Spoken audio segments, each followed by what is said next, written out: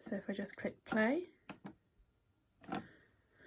first thing you want to do is select a new comp on this menu and then name it appropriately. So I've gone Fears, and then you're going to go up to the File button and import all your footage that you found using multiple files. So these are the footage I found, so I'm just selecting them all.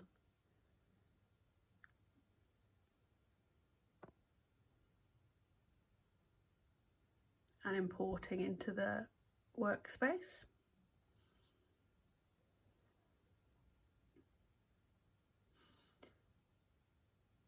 Step 2, you're going to move your first bit of footage down to the workboard and crop accordingly. So at the moment it's the full length of your video and you want to crop it down to a couple of seconds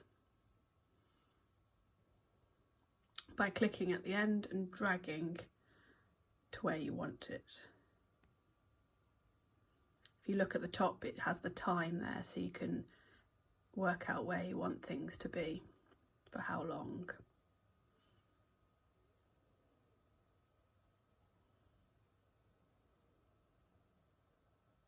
And you can zoom in to get a more accurate timing.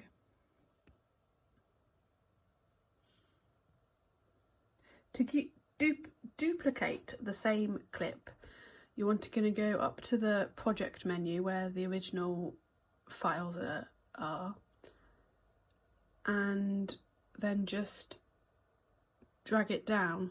I went wrong there, but you just go up to the top and drag it down. You've got the same, and then you again click and drag to where you want it.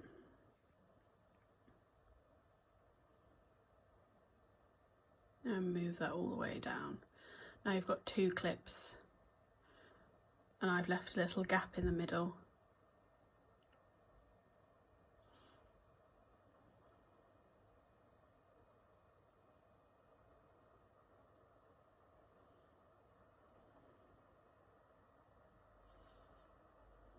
So as I say, I've left a gap in the middle, a little black flash, so it sort of replicates jumping motion, jumps out at the viewer. Now I'm going to increase the scale of it so it's moving forward towards the viewer by dropping down the transition bar and just increasing the scale.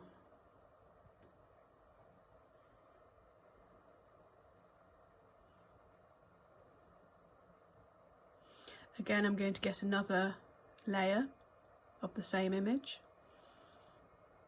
drag it down to the size I want, and do exactly the same thing. So you go to transform and then scale and increase the size.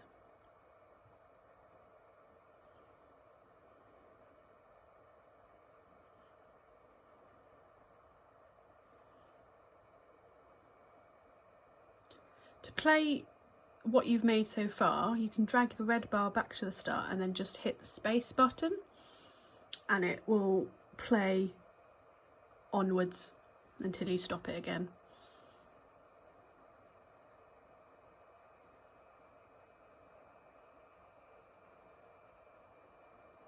So with this one I really wanted to zoom in as a bit of a jump scare because it's about fears.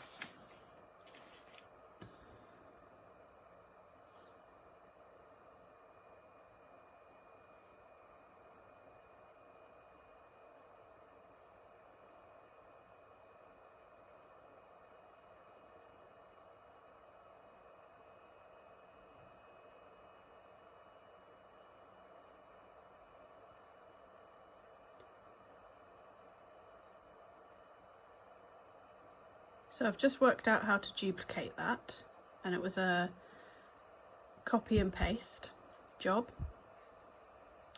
And I'm moving over to effects, and I wanted to change the colour of it, so I can search the word colour, or I can just go down to colour correction, and I wanted it to flash different types of colour, so I went down to hues and saturation and then click and drag it onto the file you want, the drop down menu effects, and then drop down menu hue,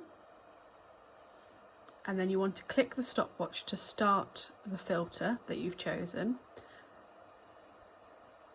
which I'm not doing. There we go. And a little diamond will come up, and then you move it to where you want the filter to end and use the little wheel in the top left, and another diamond will come up, and that will show you where your filter has been placed. There you go. So that's what we've got so far.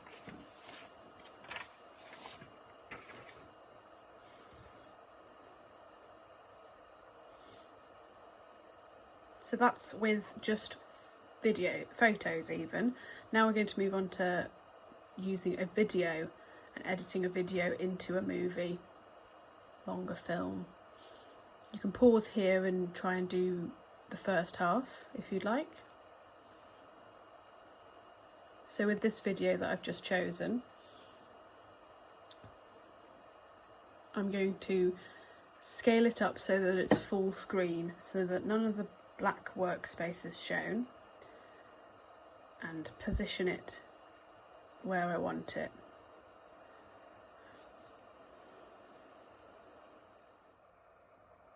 Now what I've done is I've deleted the first half, and I'm going to show you how to do that just now. You split the layer where you want it and then delete the rest of it, so you've got just a clip of the whole video. So that's clip by edit, drop down menu, and clip tool.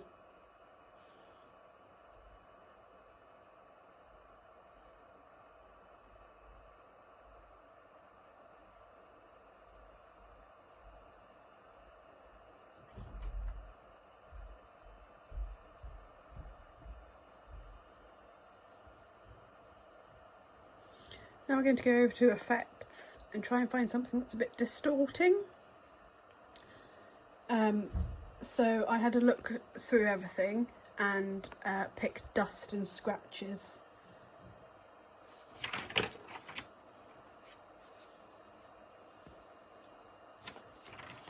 And then again, drag it over to the clip you want it on.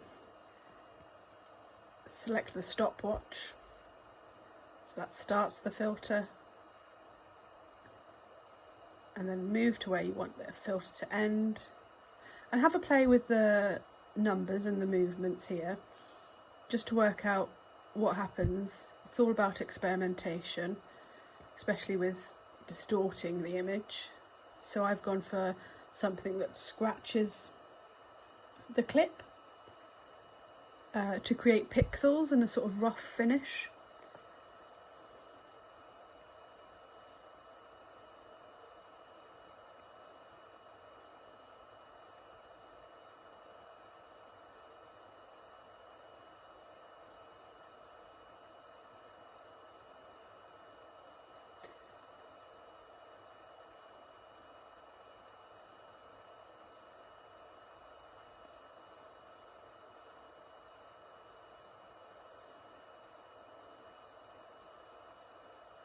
So the radius will be the amount of distortion, the threshold will be how wide or loose it is.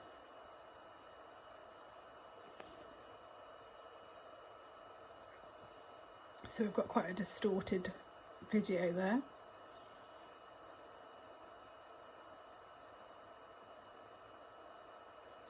Now I decided I wanted a new filter on it as well, so I split the layer to make it easier to work with, because you've got two separate clips now. And this is me trying to work out how to drag it to the top, because I always want the one that I'm working on the bottom, so that when you have a lot of layers, if you're doing a full length movie, you're gonna get a bit confused. So it's always the bottom one I go for. And then I go back to the effects panel on the right.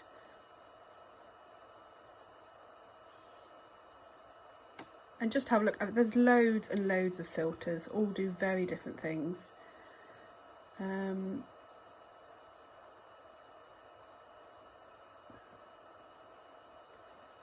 So I'm just having a look at various ones.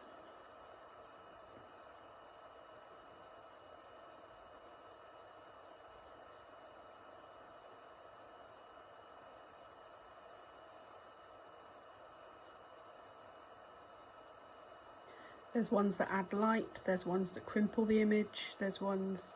Oh, I'm going for burnt film, so it's going to make it look like an old-fashioned film. And then always click the stopwatch, otherwise you won't set the filter on. Drag to the end, and then I've increased the amount of burn and moved the centre, so it's slightly off, it's slightly like not equal, just at the corners, melting the image.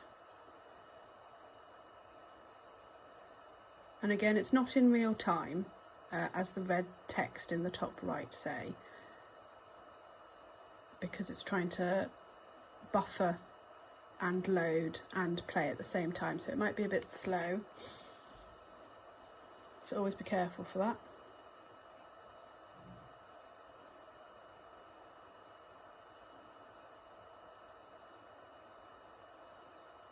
And then here I'm adding a little gap again, so it's like the film broke.